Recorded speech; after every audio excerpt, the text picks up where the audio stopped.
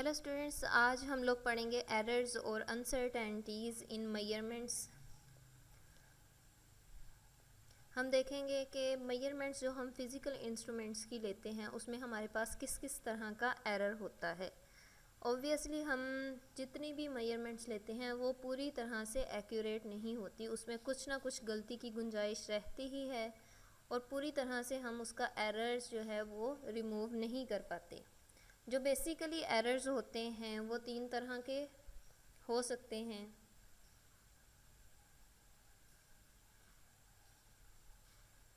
Number 1 हमारे पास error हो सकता है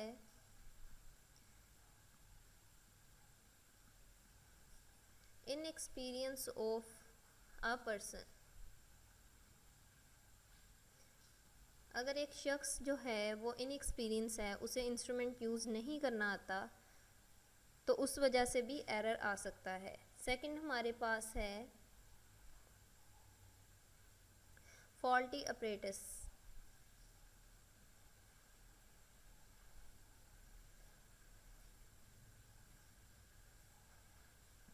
अगर हमारा अपरेटस ही फॉल्टी है जहाँ से वो मैन्युफैक्चर होकर आया है, फॉर एग्ज़ाम्पल उस पे जो नंबरिंग दी होती है उसमें कोई एरर हो, उसमें डिविजन्स जो हैं वो ठीक ना हो, तब हमारा अपरेटस फॉल्टी मेजरमेंट्स देता है हमें।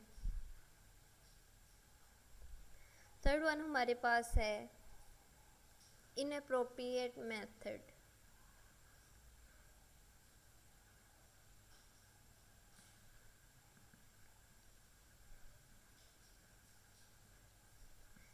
अगर हमें मेथड और टेक्निक का ही नहीं पता कि कौन सी यूज़ होनी है किस इंस्ट्रूमेंट में, तो फिर भी हमारी जो मेजरमेंट्स हैं उसमें कोई ना कोई एरर होगा।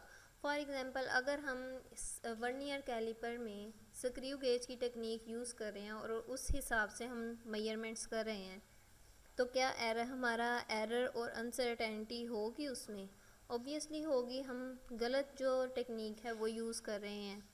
ये तीन जो है ये जो तीन पॉइंट्स मैंने एक्सप्लेन किए, इन तीनों की वजह से एरर्स जो हैं वो हो सकते हैं इंस्ट्रूमेंट में। ओके, दो किस्म के मेजर एरर्स होते हैं। दो तरह के स्टूडेंट्स मेजर एरर्स जो हैं वो हमारी मेजरमेंट्स में हो सकते हैं। First one is random error.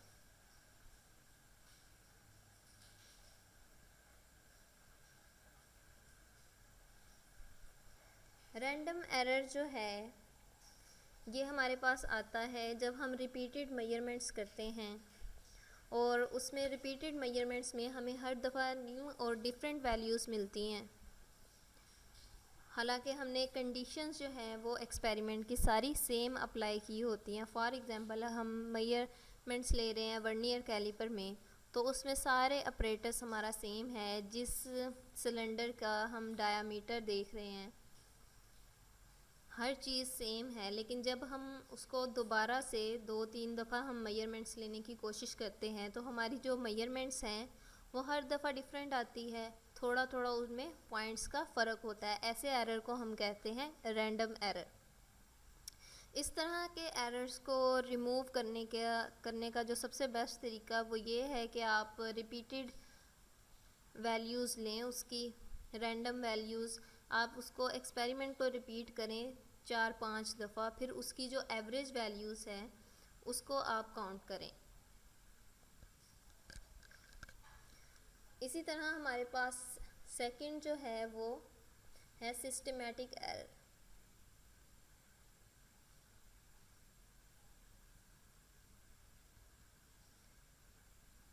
ये जो दोनों टाइप्स हैं ये मेन टाइप्स हैं, इनको आप लोगों ने एक्सप्लेन करना है। अक्सर ये बोर्ड के एग्ज़ाम में एज अ शॉर्ट क्वेश्चंस आप लोगों को आती हैं। सिस्टमैटिक एरर जो होता है उसमें हमारे पास जो एरर है वो सिस्टम की वजह से होता है। उसमें हमारे पास जो एरर है वो या तो उसके पुअर कैलिब्रेशन इंस्ट्रूमेंट की उसकी वजह से हो सकता है या इनकरेक्ट मार्किंग्स की वजह से।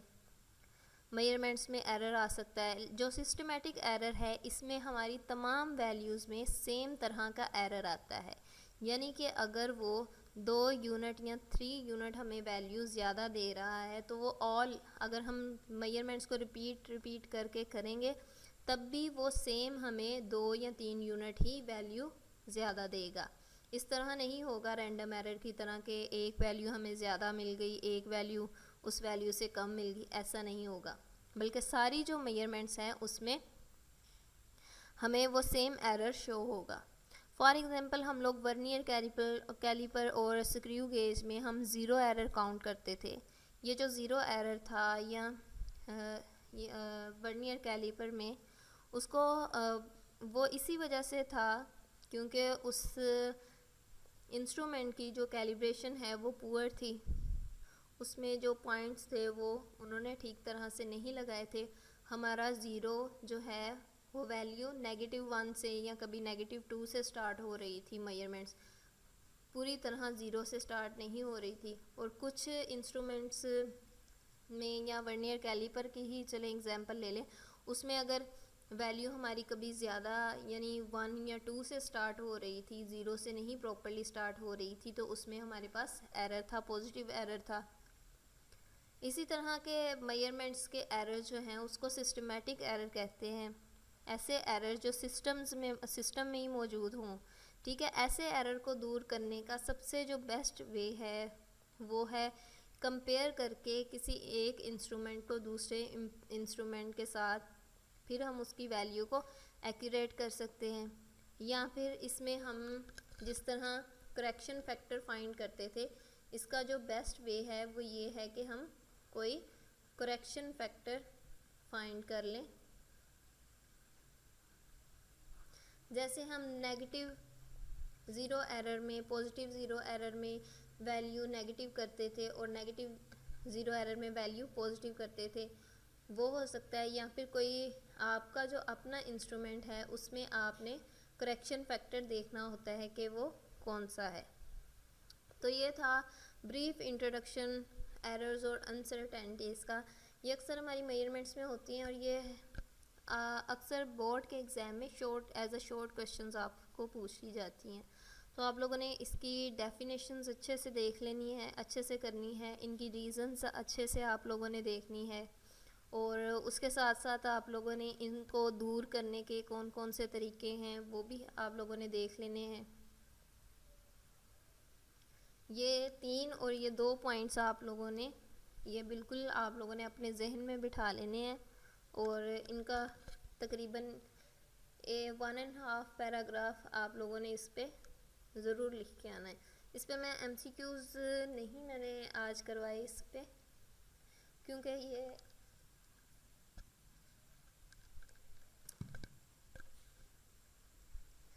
ये एक तो बहुत इजी है और दूसरा ये कि MCQs इसमें से बहुत कम आते हैं। ज़्यादातर इसमें से शॉर्ट क्वेश्चंस रैंडम एरर और सिस्टमेटिक एरर का ही शॉर्ट क्वेश्चन पूछ लिया जाता है। अगर आप लोगों को ये वीडियो अच्छी लगी है, आप लोगों को समझ आया है लेक्चर, तो मेरी वीडियो को लाइक कर दें और चैनल को भी सब्सक्राइब कर दें। मिलते हैं नेक्स्ट वीडियो में।